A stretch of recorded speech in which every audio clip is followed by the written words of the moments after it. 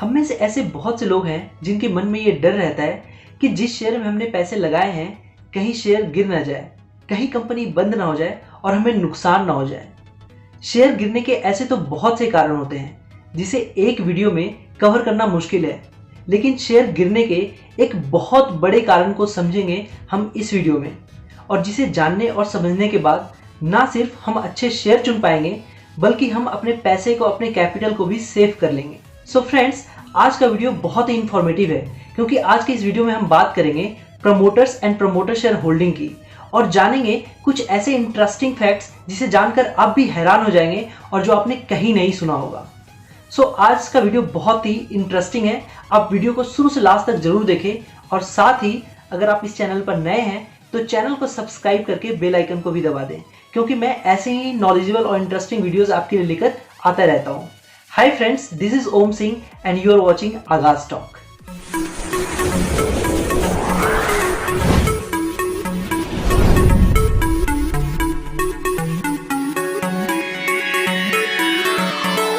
सबसे पहले जानते हैं प्रमोटर कौन होता है। प्रमोटर का मतलब होता है ऑनर या मालिक। इसे हम ऐसे समझ सकते हैं, प्रमोटर वो इंसान होता है जो किसी कंपनी का ऑनर है, मालिक है, जिसने एक कंपनी अपनी मेहनत और लगन से शुरू की, चालू की और उसे एक मुकाम तक पहुंचाया। तो जैसे टाटा ग्रुप ऑफ कंपनीज और उनकी families Tata group of companies के प्रमोटर है, ऑनर है, ठीक वैसे ही जैसे आदि गोदरेज और उनका परिवार आदि गोदरेज ग्रुप के प्रमोटर है और मेंबर है। तो प्रमोटर क्या होता है ये तो हमने समझ लिया, लेकिन किसी भी शेयर को खरीदने से पहले हमें यह जानना जरूरी क्यों होता है कि उस कंपनी में प्रमोटर की हिस्सेदारी कितनी है, उस कंपनी में प्रमोटर के पास कितने शेयर पड़े हुए हैं। तो इसे इस एग्जांपल से समझते हैं। मान लीजिए मैंने एक कंपनी शुरू की जिसका नाम है आगाज स्टॉक लिमिटेड। तो मैंने इस कंपनी को ग्रो करने के लिए, बढ़ाने के लिए दिन रात मेहनत की और अपनी मेहनत और ईमानदारी से, अपने लगन से अगर मैंने इस कंपनी को ग्रो कर दिया तो मैं चाहूंगा कि इस कंपनी की बहुत सारी हिस्सेदारी मेरे पास हो या फिर मेरे फैमिली में किसी के पास हो। तो अचानक से एक दिन अगर ऐसा होता है कि मैं इस कंपनी के बहुत सारे शेयर्स बेच देता हूं तो लोगों में एक गलत मैसेज आएगा।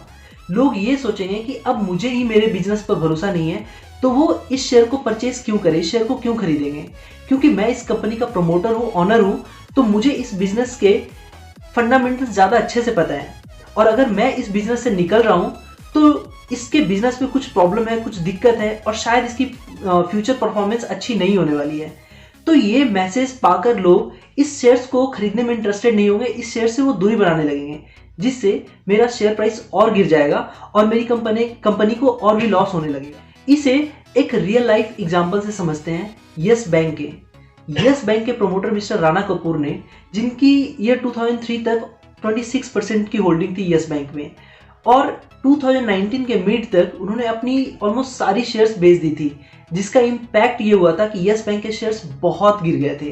हालांकि यस बैंक के शेयर्स गिरने के और भी बहुत सारे रीजन थे, बट उसमें से एक मेजर रीजन ये भी था कि राणा कपूर ने अपनी सारी होल्डिंग बेच दी थी। तो यस बैंक में जैसे एक शेयर बेचने के न्यूज ने बहुत शेयर प्राइस को इम्पैक्ट किया था, इफेक्ट किया था और यस बैंक आज कहाँ पे हम सब लोग जानते हैं, आज उसकी क्या कंडीशन है, we all know this situation. But हमें किसी शेयर में इन्वेस्ट करने से पहले सिर्फ यही नहीं देखना कि कंपनी के प्रमोटर के पास ज़्यादा शेयर होल्डिंग है कि नहीं, बल्कि हमें ये भी देखना है कि जो शेयर होल्डिंग है उसमें से कितने शेयर प्लेस्ड हैं और कितने शेयर अनप्लेस्ड।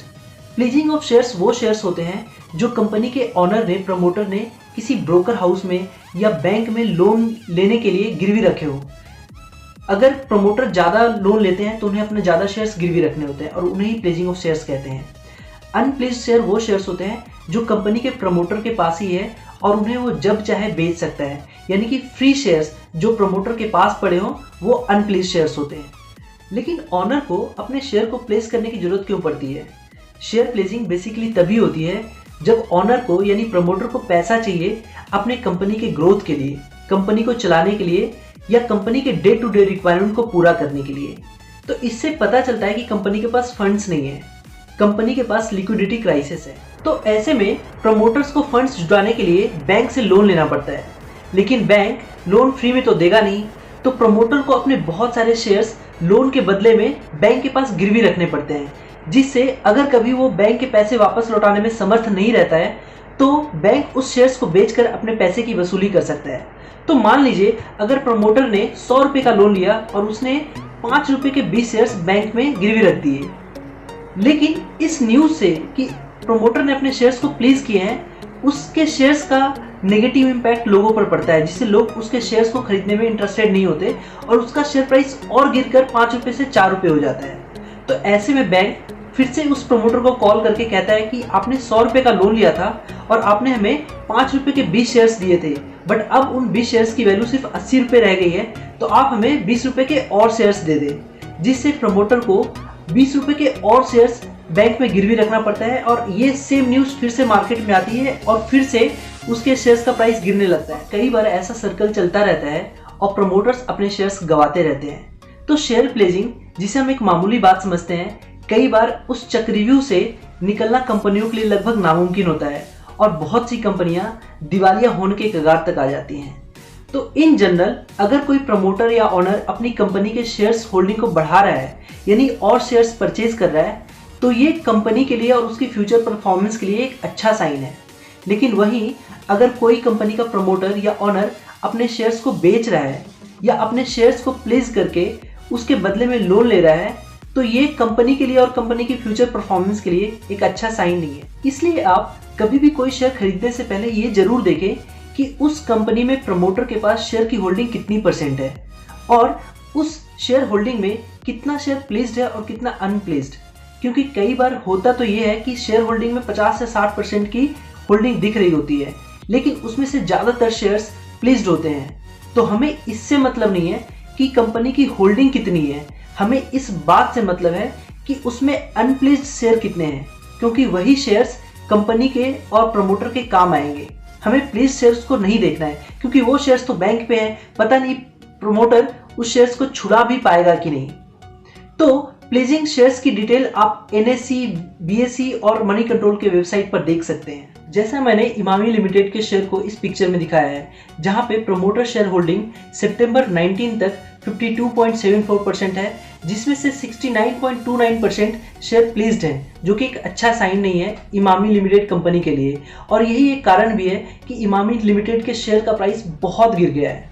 तो उम्मीद करता हूं अब से आप कोई भी शेयर खरीदने से पहले आप प्रमोटर शेयर होल्डिंग डिटेल्स को चेक करेंगे, जिससे आप एक अच्छा शेयर चुन पाएंगे और आप अपने पैसे को, अपने कैपिटल को सुरक्षित रख पाएंगे।